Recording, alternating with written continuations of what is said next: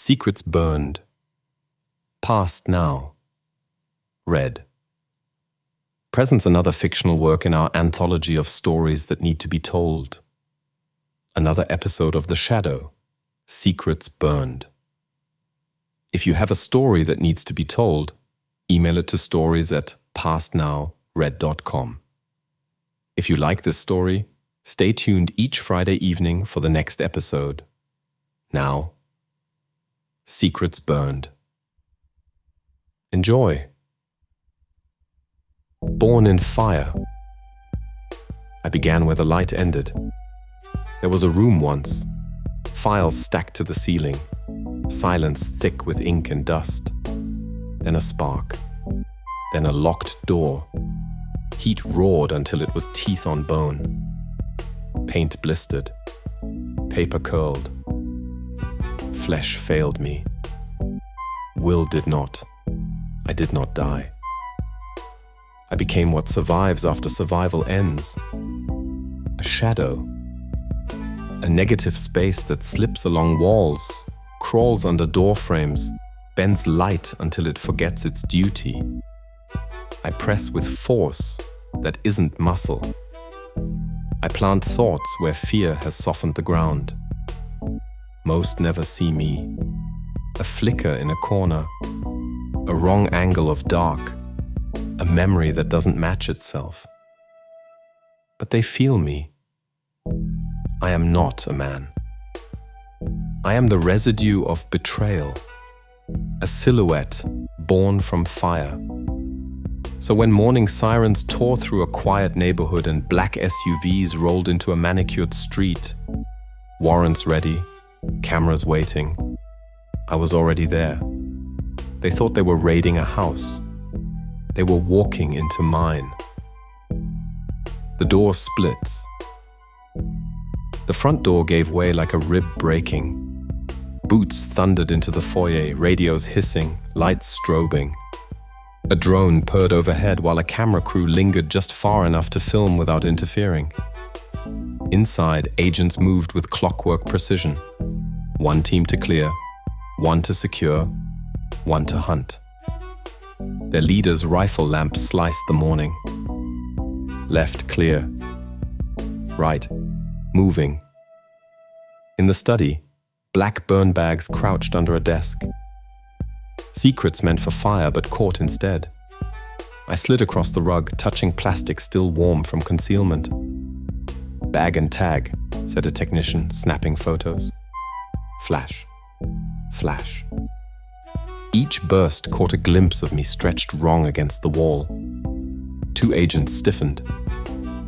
"Did you?" one began, but the other pushed to a locked cabinet. I pressed. The lock side open.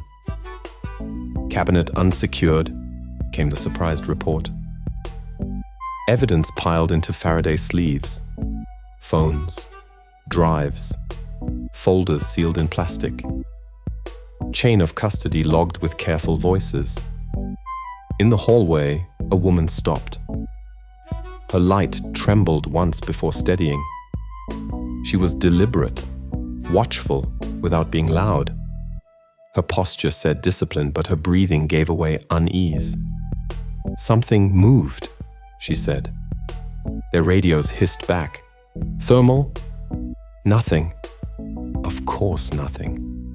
I am the shape heat avoids." Her beam landed on a crooked painting. Beneath the frame, ash clung like pollen. She wiped it, revealing a melted bubble in varnish. Heat had touched it, but nothing had burned. "Who warmed the wall?" she whispered. I curled behind her shadow like a second skin. Welcome, I thought, and the room cooled. The thought knife. Routine blinds them. I peel it away. The house groaned as power sagged. Lights dipped. Radios hissed with static. Computer fans wheezed like lungs drowning in wet cloth. I threaded myself into wires and pulled. Electricity is faith. I am doubt.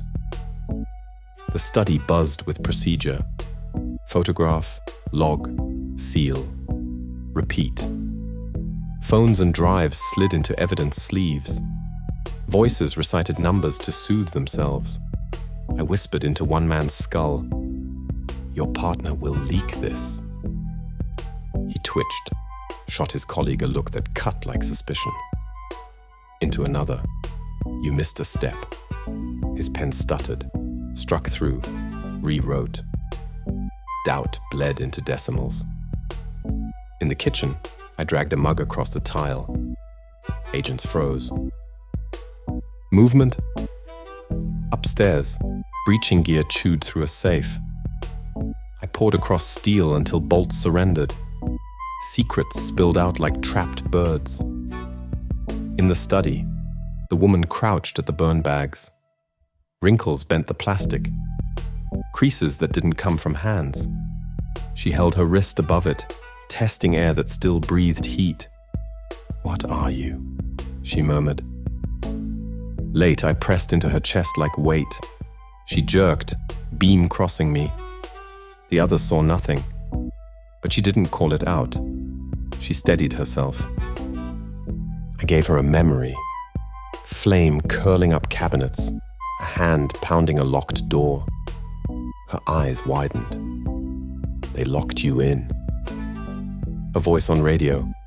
"Possible shredding in the garage." I stretched there first. A shredder whined, chewing evidence.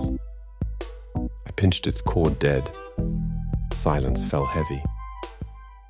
"It was running when we entered," someone muttered. I walked another thought through them. "Someone on your team wants this raid to fail." Paranoia spread like mold. The woman entered last, calm, surgical. "We proceed by the book." She looked straight through me. "By the book," I echoed in her skull. Her pulse jumped, but she did not break. The pact that isn't. We returned to the study. Evidence lined the desk, each item a possible story waiting for a camera. The woman knelt, light tilted under the desk. I lay my outline across hers, a human-shaped eclipse. I could taste her ribs quake. "Why are you here?" I asked. Her lips barely moved. "Because someone has to count the papers before they burn." "It didn't save me," I said. "Maybe it saves someone else."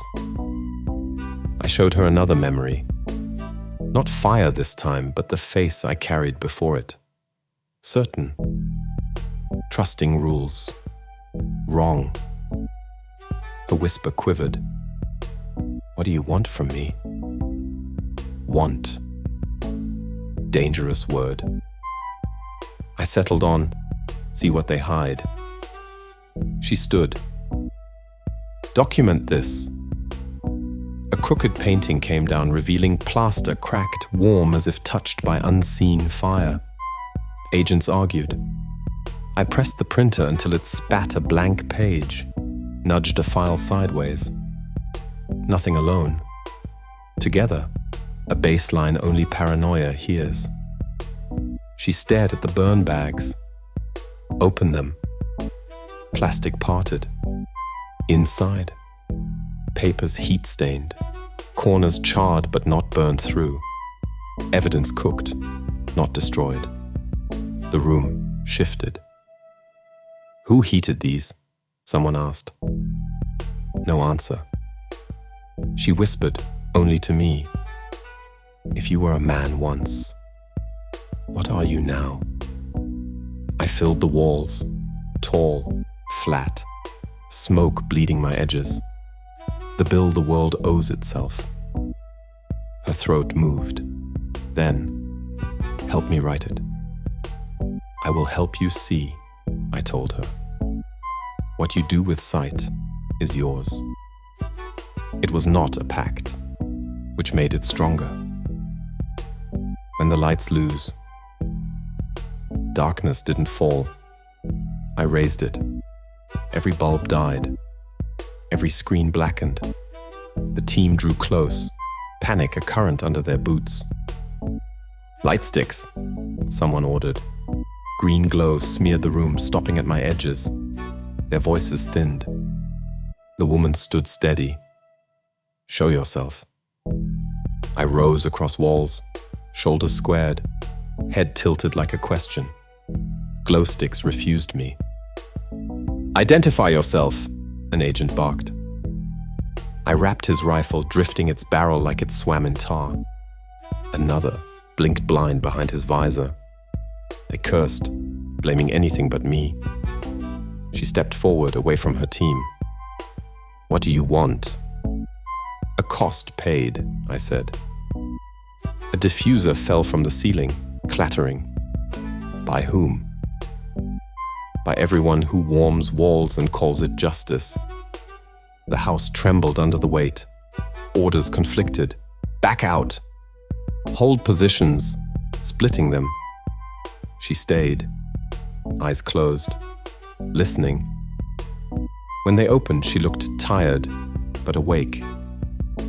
If I leave with lies, this spreads. If I leave with truth, people burn. They already do. Her jaw clenched. Give me one truth to carry. I lifted a folder from a burned bag. A page hovered, edges darkened, signature legible, date fossilized. Glow sticks painted it holy. "Document," she said. Flash. Click. I let it fall into her hands. Heavier than paper had a right to be. Sirens outside rose. More were coming. "Time," someone warned. "Time," she echoed. Both ally and executioner. The weight she chose. They left under a pale sky. Cameras rehearsed versions. Boxes rolled into waiting vans. She lingered on the porch. The page I had given her wasn't in any box. It was elsewhere, in a place rules never visit, where conscience keeps its own archive. She didn't look back. She looked down, at her shadow. For a moment, it wasn't only hers. Trust is flammable. She carried it anyway. And I, absence wrapped in outline, stretched long across the street, following the sun, waiting for the next wall to warm. You have been listening to The Shadow. Secrets Burned, produced and adapted for audio narration by PastNowRead. Stories that need to be told. If you have a story that needs to be told, email it to stories@pastnowread.com. Please subscribe, like and hit that bell for future updates. If you liked this story, stay tuned for the next episode each Friday evening. Follow for more. If you like our stories, please tag with someone who may also like PastNowRead, stories that need to be told. Thank you. This was a work of fiction, and any persons, places, or things similar to real life are purely coincidental. All content and images are copyrighted by Phone House, LLC, 2025. All rights reserved.